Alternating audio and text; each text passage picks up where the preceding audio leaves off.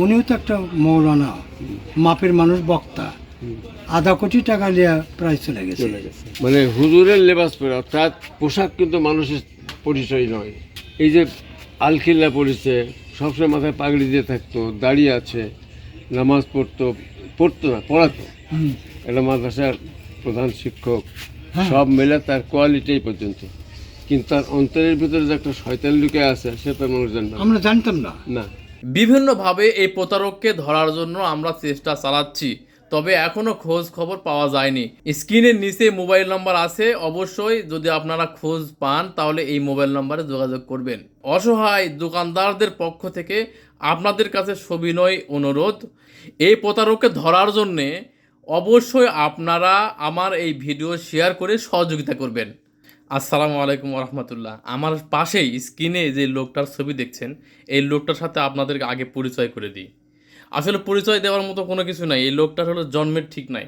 এই কারণে বললাম জন্মের ঠিক নাই, এই কারণে বললাম যে একটা মানুষের 3টা আইডি কার্ড কী করে হয়। এই মানুষটার 3টা আইডি কার্ড, তাহলে আর জন্মের ঠিক কী করে থাকে।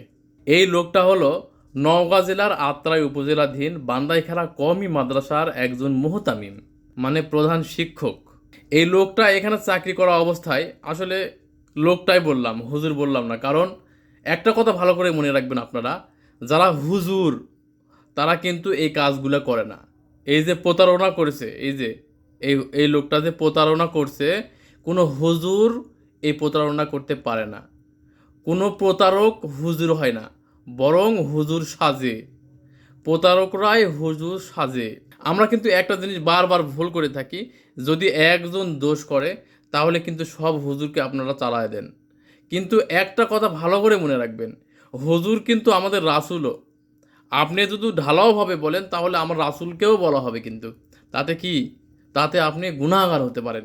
এজন্য ঢালাভাবে বলবেন না। তো এরকমভাবে আমাদের এই বান্দাইখারা কওমি মাদ্রাসাতে অনেক দিন যাবৎ উনি চাকরি করে আসছেন। এখানে অনেক দিন চাকরি করার কারণে অনেক মানুষের সাথে তার পরিচয় হয়। পরিচয় হওয়ার পরে উনি বিভিন্ন দোকানে বিকাশে, নগদে বিভিন্নভাবে লেনদেন করেন। এই লেনদেন করতে করতে এমন পর্যায়ে উনি এত পরিমাণ টাকা সবার কাছ থেকে নিয়ে উধাও হয়ে গেছেন, যেটা আসলে হিসাব করে পাওয়া যাচ্ছে না। বহুত লক্ষ লক্ষ টাকা এই লোকটা বিকাশের দোকান থেকে, নগদ অ্যাকাউন্ট থেকে মানুষের, গরিব মানুষের টাকা এই লোকটা মেরে নিয়ে চলে গেছে। একটা মানুষ যদি 3বার শহীদ হয়, 3বার জীবিত হয়, তার দুনিয়ার সব রকম গুনাহ মাফ হয়ে যাবে। কিন্তু 1 টাকা যদি কারো কাছে ঋণ রেখে যায় তাহলে এটার গুনাহ কিন্তু শোধ হবে না। কোনো ব্যক্তি ইচ্ছাকৃতভাবে যদি ঋণগ্রস্ত হয়ে মারা যায়, আমাদের রাসূল সাল্লাল্লাহু আলাইহি ওয়াসাল্লাম তার জানাজা পড়াতেন না। এত বড় মারাত্মক জিনিস এই ঋণ। আর সেই ঋণ, এই যে এই লোকটা লক্ষ লক্ষ টাকা মানুষের মেরে নিয়ে এসে উধাও। সেই লোকটা বলেছিল যে আমার বাড়ি বগুড়াতে, তো যেই ঠিকানা দিয়েছিল সেই ঠিকানায় গিয়ে দেখে যে ওখানে কোনো বাড়ি তার নাই। পরে জানা যাচ্ছে যে নাটোর সিংড়া, আত্রাই সিংড়াতে তার বাড়ি। এই তো হলো অবস্থা।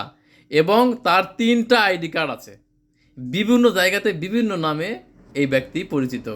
অসহায় দোকানদারদের পক্ষ থেকে আপনাদের কাছে সবিনয় অনুরোধ যে আপনারা এই প্রতারককে ধরার জন্য আমার এই ভিডিও শেয়ার করে সহযোগিতা করবেন।